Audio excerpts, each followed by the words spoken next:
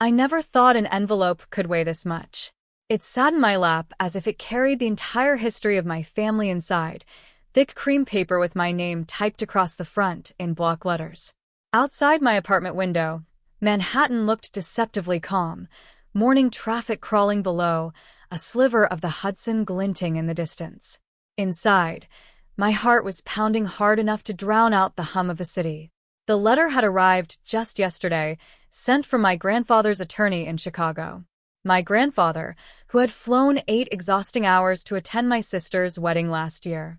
My grandfather, who ended up seated beside the trash bins at the reception, thanks to my mother.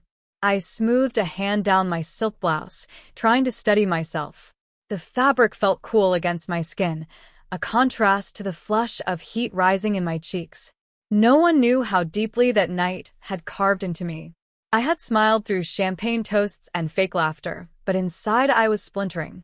Now, this envelope promised answers. Or maybe reckoning. Part of me wanted to toss it into the desk drawer and pretend it didn't exist. But I could still hear his voice, warm and tired, whispering as he pressed a folded note into my palm that night. Respect is remembered, darling. Disrespect is never forgotten. I drew a breath, slid a fingernail under the seal, and began to open it. I remember the wedding day vividly, as if the air itself held its breath. The Chicago sky was brushed in soft gray clouds, promising rain, but never delivering it. Inside the venue, chandeliers glowed with golden light, casting everything in a kind of dreamlike haze. Guests buzzed with excitement, crystal glasses clinked, and my sister, Madison, looked like she had stepped straight out of a bridal magazine. But beneath the sparkle, something darker simmered. Grandpa had arrived only hours before, his body still weary from the 8-hour flight. He walked slowly, leaning on his cane, but his eyes lit up when he saw us, or at least when he saw me. He had always been my quiet anchor, the one who remembered my birthdays without fail, the one who asked about my college projects even when no one else cared. So when I noticed where my mother had seated him, my throat went dry. Near the catering doors, against the wall, his chair angled toward the trash bins. Every time a waiter whisked past, a sour odor of discarded food followed. "Mom," I whispered, tugging at her sleeve, "why would you put Grandpa here?" She didn't even flinch. "It's fine. He doesn't mind. Besides, the prime tables are for the bridal party and important guests." Important guests. My chest tightened. Grandpa had flown halfway across the country, battling stiff joints and airline food, and yet to her, he wasn't important. I glanced at him, sitting quietly, his napkin folded neatly across his lap. He didn't complain. He just offered me a small, tired smile when our eyes met, as if to say, let it go. But I couldn't. I felt my hands trembling as I carried over a plate of food to him, the music thudding in the background. The sting of humiliation burned in my veins, though it wasn't mine to bear. It was his. Later that evening, as the dance floor filled with laughter and spinning dresses, Grandpa reached for my hand. His palm was warm, his grip firm despite the tremor in his fingers. He slipped something small into my hand, a folded note, edges worn, his handwriting unmistakable. "Keep this, Emily," he said softly, almost drowned out by the music. "One day, you'll understand." The lump in my throat was so thick I couldn't speak.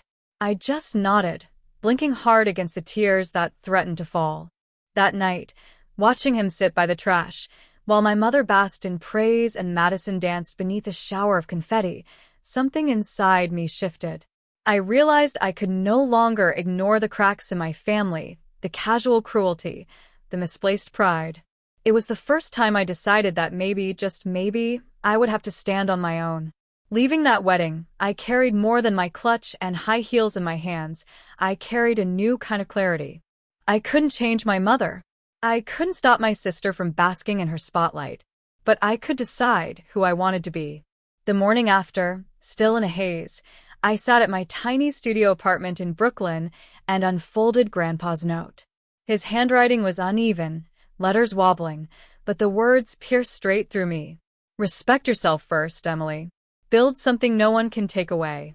When the world shows you its cruelty, answer with your strength. Those words became my compass. At first, strength felt impossible. My bank account was nearly empty, my job as an assistant barely covered rent, and the city felt like it was always 2 steps ahead of me, mocking my efforts to catch up.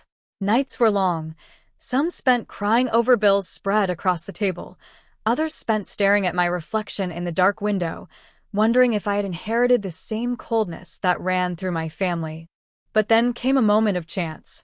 At the publishing firm where I worked, the senior editor, Claire Thompson, noticed me staying late, proofreading manuscripts that weren't even assigned to me.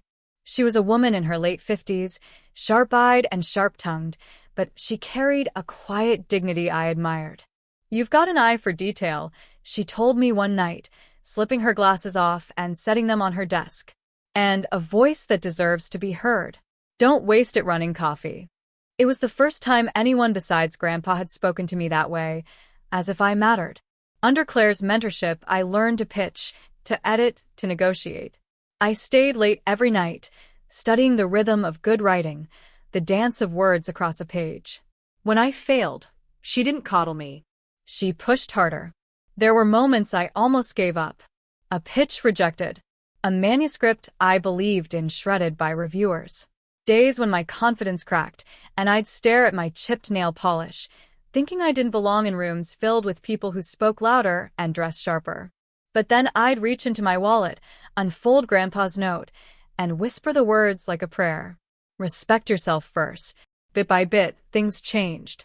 I landed my first big client, a debut author whose book, under my guidance, became a bestseller.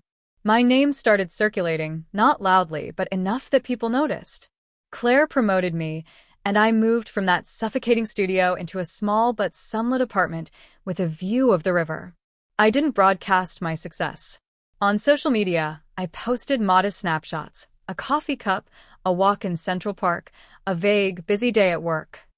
My family assumed I was still struggling, scraping by. And I let them. It was easier to keep my victories private than to invite their scrutiny. But inside, I was growing roots, strong and deep. With every contract signed, every manuscript shaped, I was building the very thing Grandpa had urged me to, something no one could take away. And all the while, I kept the folded note tucked close, waiting for the day it would mean more than I could possibly imagine. The lawyer's office smelled faintly of leather and old paper, the kind of place where power seemed to breathe from the walls. I sat in a sleek chair near the end of a long mahogany table, my palms resting lightly on my lap. My mother sat directly across from me, her posture stiff, her pearl necklace gleaming beneath the fluorescent lights.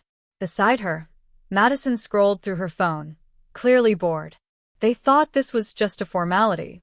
Grandpa's will would be read, and his estate would naturally flow into my mother's hands. That was the story they had written in their minds. But I knew better. The lawyer, Mr. Harris, cleared his throat, adjusting his glasses as he opened a thick folder. His voice carried the weight of finality.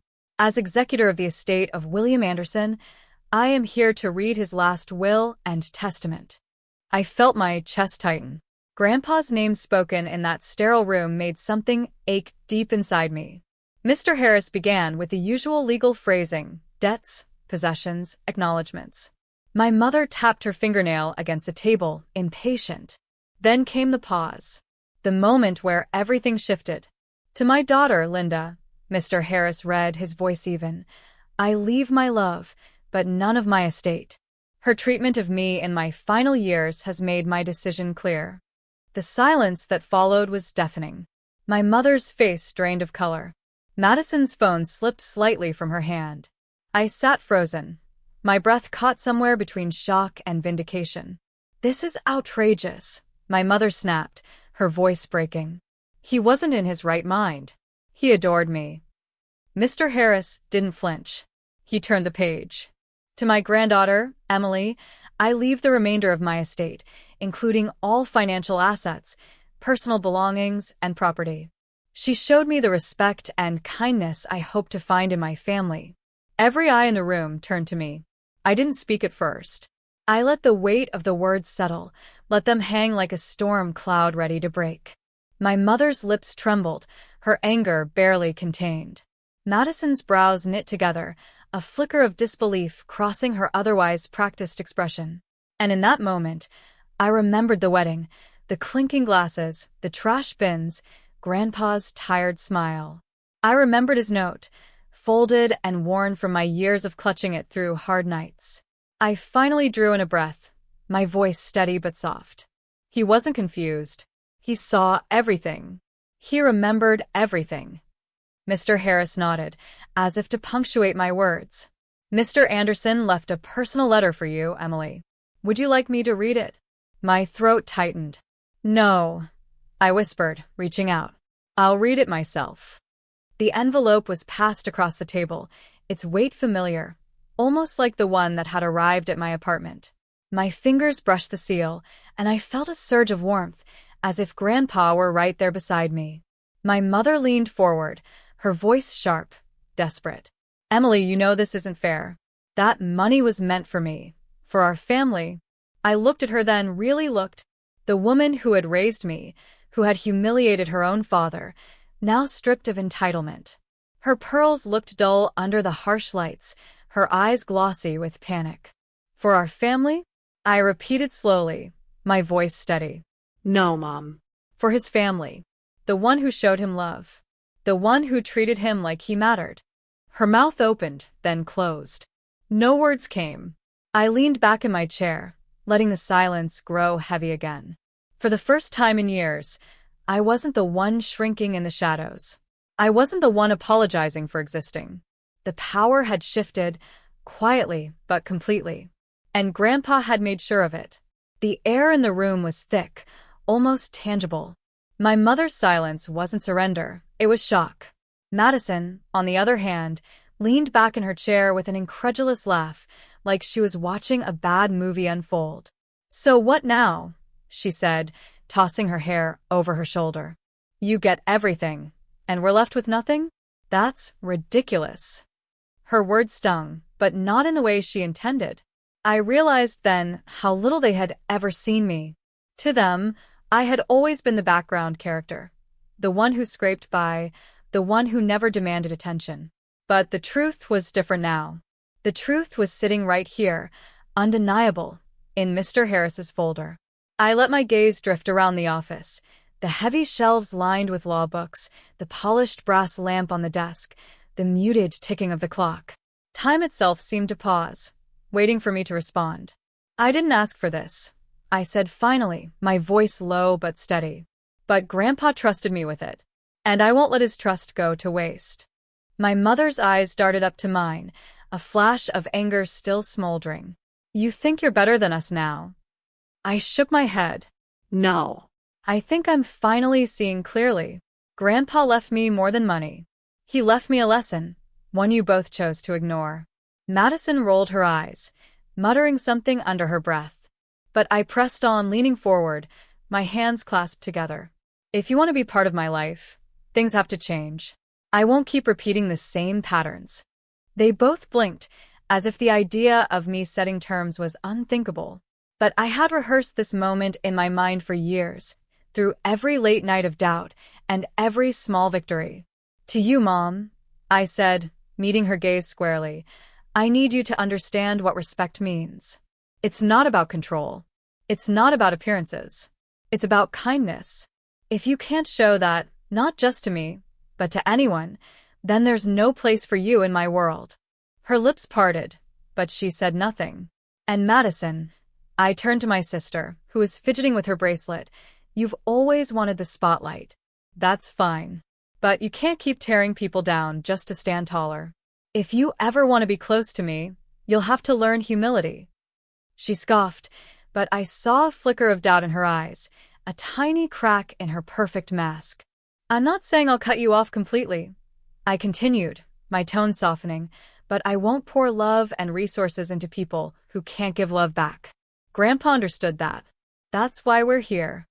The silence stretched, heavy and raw. For once, I wasn't pleading. I wasn't the girl begging for approval. I was the woman holding the legacy of a man who believed in me when no one else did. And I intended to honor that legacy, even if it meant drawing boundaries sharper than I ever had before. In the days that followed the will reading, the air around my family seemed to change. Not immediately. People like my mother and Madison don't soften overnight. But the silence between us was no longer laced with my old guilt. It was filled with their quiet realization. My mother stopped calling for a while.